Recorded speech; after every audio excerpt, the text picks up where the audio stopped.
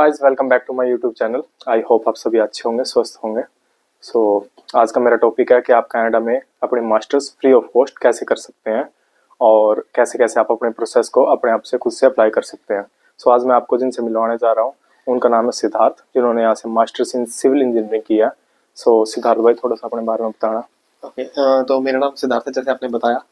तो मैंने यहाँ पे यूनिवर्सिटी ऑफ विंडसर जी से 2021 टू 23 जी पिछले 2 साल से मैंने मास्टर किया है यहाँ पे। मेरी बैकग्राउंड के बारे में थोड़ा बताना चाहूँ तो मैंने इंडिया में डिप्लोमा इन सिविल इंजीनियरिंग और उससे पहले मैंने बैचलर्स कर रखी है इन सिविल इंजीनियरिंग। मेरा 1-2 साल का एयरपोर्ट का एक्सपीरियंस भी है। और जो कनाडा में आने का था, once I finish my bachelors in 2020 और कोविड के दौरान इंडिया में जॉब्स की सिचुएशन इतनी अच्छी नहीं थी, तो then I picked up study abroad. Okay, आपने यहाँ से इंडिया से डिप्लोमा भी किया, बीटेक भी किया, फिर जॉब भी किया। आपने यहाँ से अपनी मास्टर्स इन सिविल इंजीनियरिंग किया, राइट? जी बिल्कुल। आपने कनाडा ही क्यों चूज किया? सबसे पहला क्वेश्चन। तो जैसे मैंने आपको बताया कि स्टडी अब्रॉड का था मेरे दिमाग में आया कोविड के बाद। तो मैंने ऑप्शंस जब सर्च करनी शुरू करी तो यूके, यूएस और ऑस्ट्रेलिया ऑप्शंस थी मेरे दिमाग में। तो उसके अलावा कनाडा भी कहीं ना कहीं ऑप्शन थी। तो लेकिन कहीं ना कहीं अगर मैं परमानेंट रेजिडेंसी की बात करूं, पीआर की बात करूं, तो वो पाथवे जो है कनाडा के लिए अब तक का मुझे सबसे आसान लगा एज कम्पेयर टू ऑस्ट्रेलिया और यूके के कंपैरेटिवली। जी, और तो कनाडा में कंपैरेटिवली 5 साल में पीआर हो जाती है। ऑस्ट्रेलिया में देखो तो आप 7 से 8 साल लगेंगे। यूके में भी इतना टाइम लगता है और यूएस में तो 15 से 20 साल कहीं नहीं गया। और इसके अलावा आई थिंक आप कनाडा हो तो आप यूएस को भी इजीली अप्रोच कर सकते हो। आप कनाडा में आके यूएस वीजा लेने बहुत आसान है एज कम्पेयर टू वो चीज। गाइस, अगर आप कनाडा में और आप स्टूडेंट पे हो तो आप यूएस का वीजा पे अप्लाई कर सकते हैं और वो इजीली मिल भी जाता है। वो सबको मिल जाता है। और हमारी खासियत ये है कि यूनिवर्सिटी ऑफ विंडसर के बिल्कुल साथ में शहर यूएस का डेट्रॉइट। हाँ जी, हम बिल्कुल अगर बगल में दोनों शहर हैं तो वो अच्छी बात है यहाँ पे। तो यूएस वीजा और भी आसानी से मिल जाता है। ओके, और इसके अलावा आपने ये यूनिवर्सिटी क्यों चूज की, university of Windsor? University of Windsor choose करने का मेरा रीजन ये था कि यहाँ की ट्यूशन फीस जो थी वो अफोर्डेबल थी as compared to other universities in Canada. अगर मैं यू वाटरलू की बात करूँ तो वहाँ की ट्यूशन फीस लगभग 1.5 टाइम्स है as compared to U Windsor.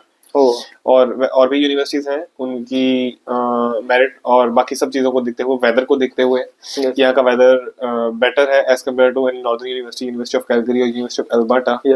तो इन सब चीजों को देखते हुए मैंने यूनिवर्सिटी ऑफ विंडसर को प्रेफर किया। ओके, सो गाइस, जो विंडसर है वो सर्दर्न पार्ट है कनाडा का और यहाँ का जो वेदर होता है वो दूसरे शहरों के कंपैरिजन में थोड़ा गर्म है और नॉर्मल है। ये एक मेन रीजन था। आपकी ट्यूशन फीस कितनी थी भाई? यहाँ पे मेरी ट्यूशन फीस रही है $10,000 पर सेमेस्टर। ओके, तो जो यूनिवर्सिटी मास्टर प्रोग्राम रन करती है उसमें आप का रहता है कि minimum 1 year to maximum 3 years. Okay, most of the programs में मास्टर्स आपकी 4 सेमेस्टर में खत्म हो जाती है। तो you can simply say it's $40,000। Okay, so आपका प्रोग्राम क्या था? मेरा प्रोग्राम यहाँ पे यूनिवर्सिटी में था masters of applied science in civil engineering. Okay, so थोड़ा सा इसके बारे में इसमें आपको 4 तरह के कोर्स 4 कोर्सेज कोई भी जो यूनिवर्सिटी ऑफर करती है वो लेने होंगे। और उसके अलावा आपको एक थीसिस खत्म करना होगा, जैसे इंडिया में सेम पैटर्न रहता है अपना। Okay, on the parallel side university एक मास्टर ऑफ इंजीनियरिंग का प्रोग्राम भी रन करती है। तो उसमें आपको स्ट्रेट अवे 8 कोर्सेज आपको एग्जाम देने हैं and you will get your degree. और उसमें थीसिस का कोई पार्ट नहीं है, रिसर्च का कोई पार्ट नहीं है। सो मींस इसमें आप बड़े थीसिस के प्रोग्राम में आपको रिसर्च करनी है। बिल्कुल। और आपको रिपोर्ट सबमिट करनी है, राइट? बिल्कुल, एंड आपको थीसिस सबमिट करना है। बट ये थोड़ा सा मुश्किल माना जाता है इसको as compared to master of engineering. अगर अपनी क्लास की रेशियो की बात करूं तो हमारी क्लास में करीब मास्टर ऑफ अप्लाइड साइंस में 7 बच्चे थे। On the same time master of engineering में हर बैच 100 बच्चों के ऊपर का था। ओके, और इसके अलावा कोई और बेनिफिट इस प्रोग्राम का स्पेशल? इस प्रोग्राम में सबसे खास बात करूं तो मैं, जैसे आपने वीडियो का टाइटल है स्कॉलरशिप, तो मोस्ट ऑफ द टाइम ये प्रोग्राम आपको फुली फंडेड कैटेगरी में आता है। वो कैसे? आपकी जितनी ट्यूशन फीस है, जैसे मैंने आपको बताया कि मेरी 10,000 ट्यूशन फीस है, उसमें से अराउंड 5,500 मेरा यूनिवर्सिटी मुझे रिटर्न करती है मेरी सर्विसेज के रूप में, जो मैं बच्चों को वहाँ पे ग्रेजुएट असिस्टेंट के रूप में पढ़ाता हूँ। ओके, तो 50% ट्यूशन फीस मेरी वहां से रिफंड होती है। उसके अलावा जो बाकी है वो मुझे रिसर्च असिस्टेंट, जो लैब में थीसिस के लिए काम करता हूँ मैं, उसके लिए मुझे मेरे सुपरवाइजर पैसा वापस देते हैं। मींस आपकी जीएसटी से और आपको ट्यूशन फीस भी कवर हो जाती है। मींस सो गाइस, अगर आप इस प्रोग्राम में आ रहे हैं तो आपको scholarship plus part time job भी आपको यूनिवर्सिटी के अंदर ही मिल जाती है। आपको कितने वेज मिलता था? उसका यूनिवर्सिटी का वेज रेट बहुत अच्छा है, यूनिवर्सिटी काफी आपको डिसेंट पे करती है, दैट्स अराउंड $40 पर आवर। $40? या सो गाइस, अगर आप एक सिविल इंजीनियर ग्रेजुएट होने के बाद जॉब भी करते हैं, आई थिंक 4 से 5 साल के बाद आपको 40 के पास वेज पहुंचेगा। कनाडा में तो इतना आराम से लग जाता है, लेकिन यूनिवर्सिटी हर बच्चे को, क्योंकि वो एज ए स्कॉलरशिप भी आपको देते हैं, दिस इज नॉट लाइक आप पार्ट टाइम के ही कवर करते हैं, वो स्कॉलरशिप आपको बच्चों को सपोर्ट करने के लिए, रिसर्च को सपोर्ट करने के लिए। ओके, और इसके अलावा गाइस, अगर आपके पास टाइम है, क्योंकि यूनिवर्सिटी में क्लास 2 या 3 दिन ही होती है, 2 दिन हमारी आप बाहर भी पार्ट टाइम जॉब कर सकते हैं 20-25 घंटे वीक में, तो आप पार्ट टाइम जॉब करके अपना लिविंग एक्सपेंस आराम से कंफर्टेबली निकाल पाते हो। नाइस। और यूनिवर्सिटी जो विंडसर शहर है वो भी छोटा है, चीप है as compare to other cities, right? जी। और इसके अलावा मैंने ये भी सुना है कि भाई इस प्रोग्राम के बाद आपकी डायरेक्ट पीआर में भी कुछ हेल्प होती है। हाँ, वो आपने बिल्कुल सही सुना है। कुछ प्रोविंसेस हैं कनाडा की, जैसे ओंटारियो हो गया, बीसी हो गया और न्यू ब्रंसविक साइड। यस। तो उन सब में अगर आप वहां से मास्टर्स प्रोग्राम करते हैं, तो आपकी मास्टर्स इमिग्रेशन नॉमिनेशन प्रोग्राम के नाम से आपकी डायरेक्ट पीआर हो जाती है। ओके। तो मास्टर्स आप यहाँ से खत्म करोगे, आप प्रोविंस के लिए अप्लाई करोगे, तो आपको पीएनपी मिल जाती है। ओके। नॉन एक्सप्रेस एंट्री में आप सीधी फाइल लगाओगे और आपकी पीआर डन है 1 से 2 साल में। ओके, सो गाइस, आज के टाइम में सीआरएस स्कोर बहुत ज्यादा आई है।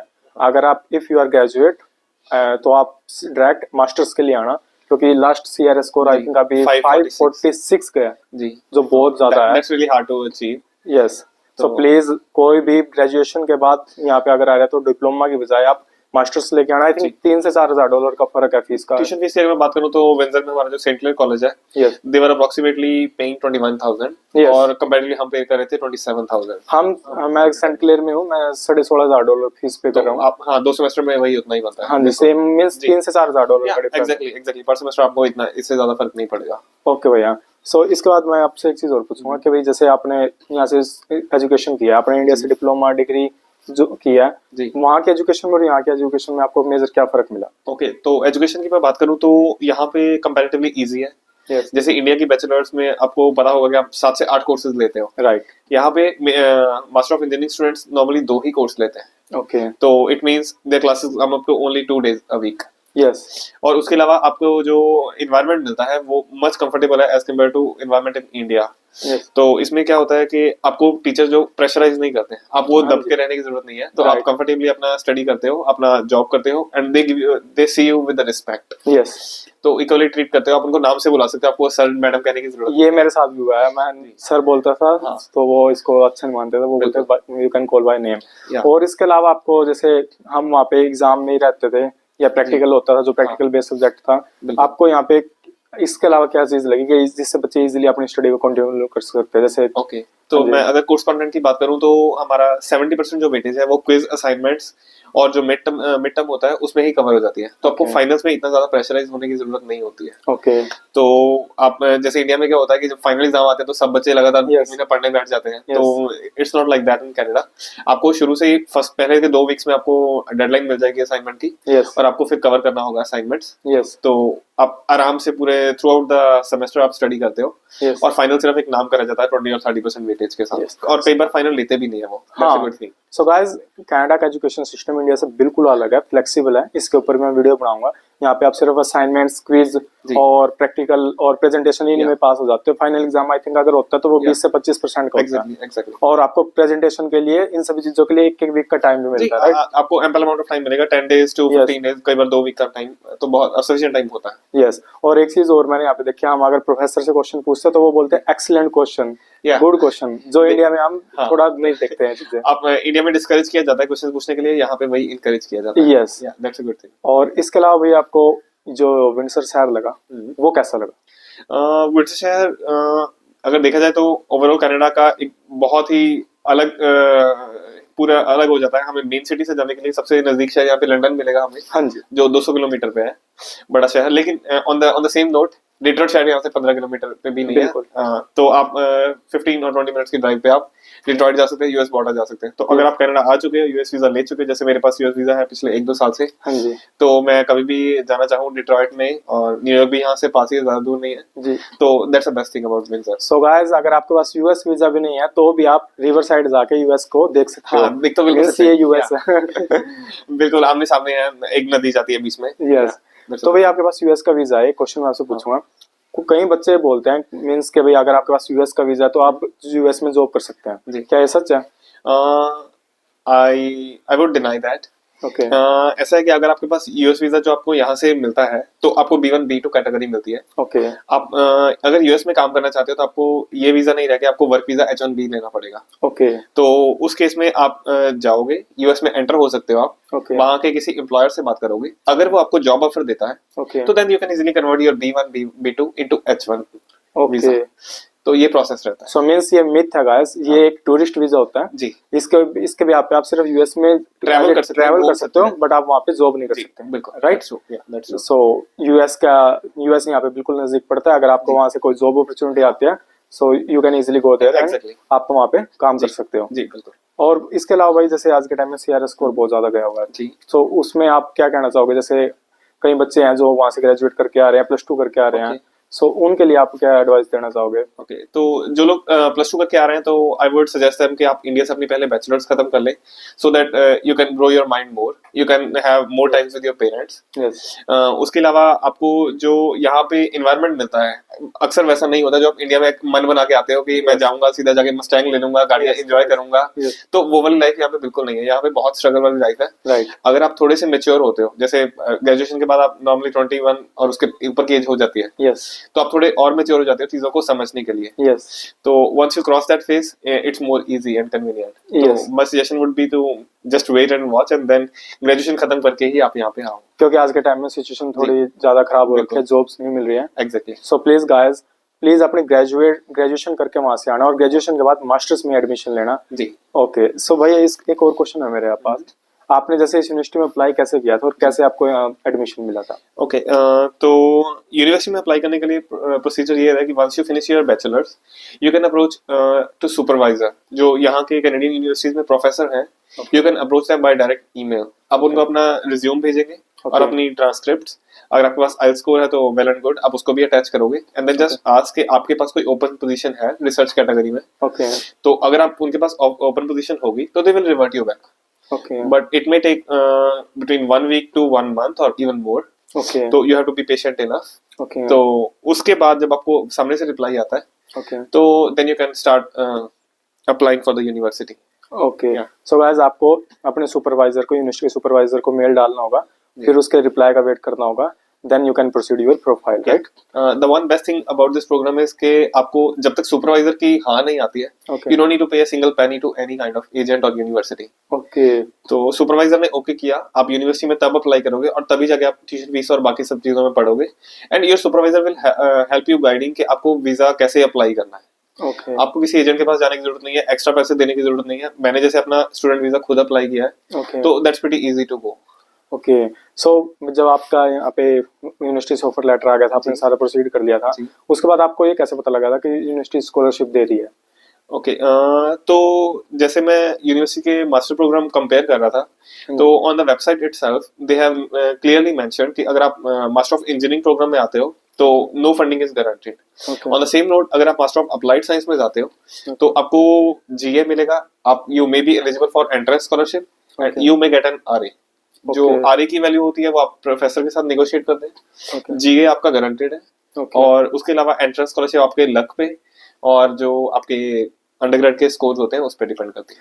सो मीन्स ये है कि गाइस के अगर आप इस प्रोग्राम में आते हो तो आपकी फीस इजीली निकल जाती है। मीन्स आप एक साथ में फ्री ऑफ पार्शियली फंडेड और फुली फंडेड के बीच में ही आ जाती है। Okay okay.